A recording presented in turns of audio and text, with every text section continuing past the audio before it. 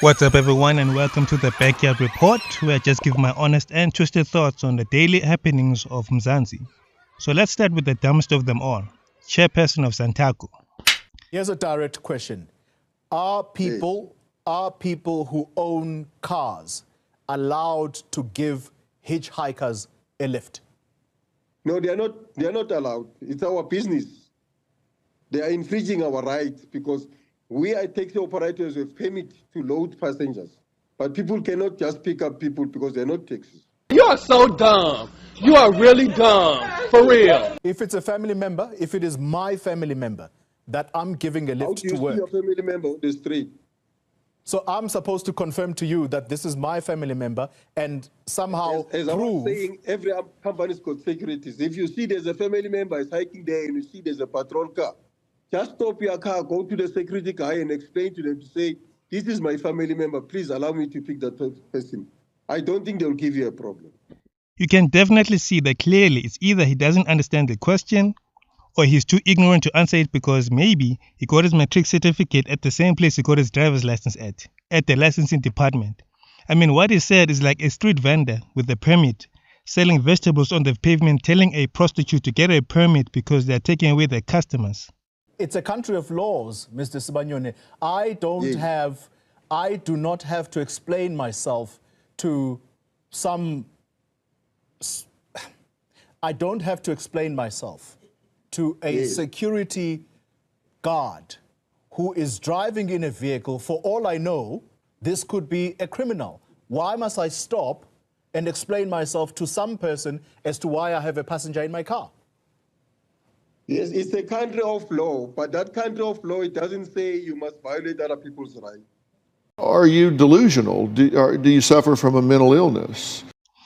So it's a violation to give a family member who is late to work and might get fired by the employer simply because you offered them a ride, and by doing that you've taken away their bread and butter, even though, according to Wikipedia, Santaco is a multi-billion rand minibus taxi industry that carries 60% of South Africa's commuters, meaning that losing one passenger equals no Christmas bonus for Mr. Sibanyoni. Because we've gotten used to people just undermining laws of this country as if they don't exist. So the parties involved, Mr. Sibanyoni, police, where the police, when Mr. Sibanyoni boldly on air recorded declaring war on you, undermining. So what do we do? Is this the end? He can just go out and spew whatever this venom is and misinformation that he has. So how do we bring him? A law unto themselves, Sibongile, you're right. What do we do? And I'm going to send that recording to Rebecca because Rebecca gave us an impression, which is why I told the producers, go get that other person. Because Rebecca comes and says, no, that's not what we do. I want to send that recording to Rebecca and I want to hear from her as the National Taxi Association. What are they going to do to a provincial leader like that, a chairperson of a province in Mpumalanga? I mean, can you imagine what he tells the taxi drivers when they have to go out in the morning to work? With an attitude like that, what does he tell them? To think they own the routes. They think they can control you and what you do with your vehicle. He tells them straight to go out there, make that money regardless if the taxi itself is road unworthy, cracked windows, broken seats, or if it only takes 16 people, but manage to squeeze in 20. Or driving with an expired license, or worse, indulge in some of that old school violence like this next clip.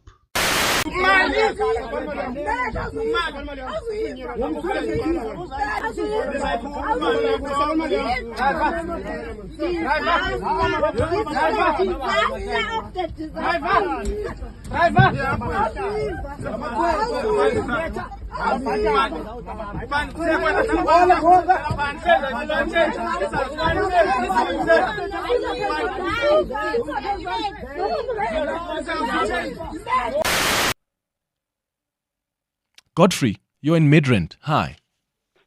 Madimech, Hey, Tada.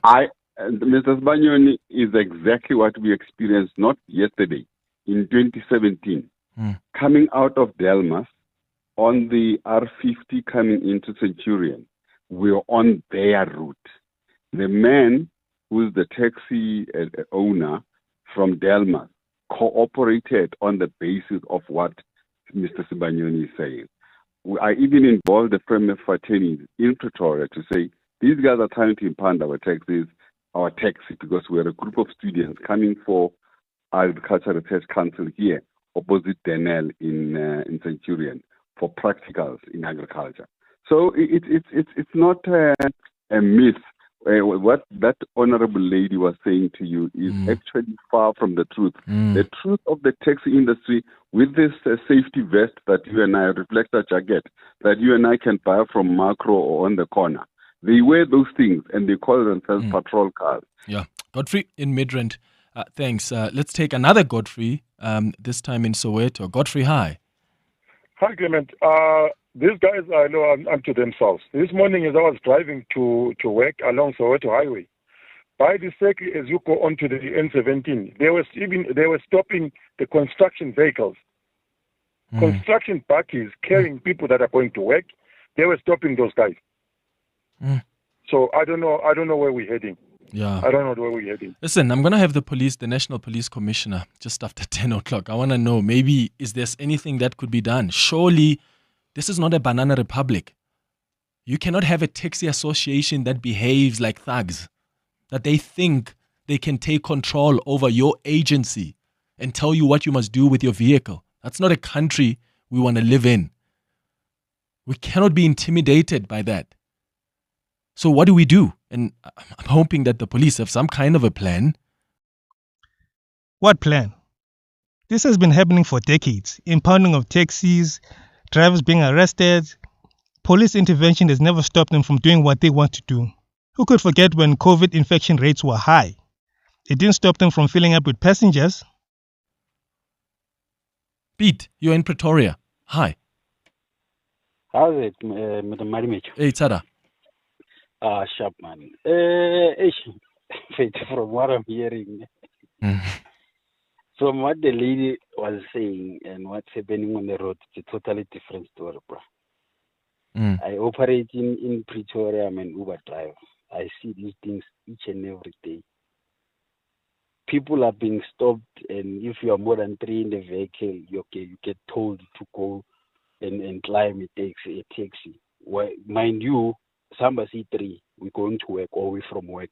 And then our budget is according to, let's say, if we're paying one person with a petrol to take us to work, and then Lamachita, what they do, they monitor every morning and every afternoon. Like, you will find vehicles being stopped. The people are forcefully asked to get off the vehicle, but to be taxi. And the extortion we're experiencing, Nama taxi monitoring team, Ekas, Mamelodi, fit. Yeah.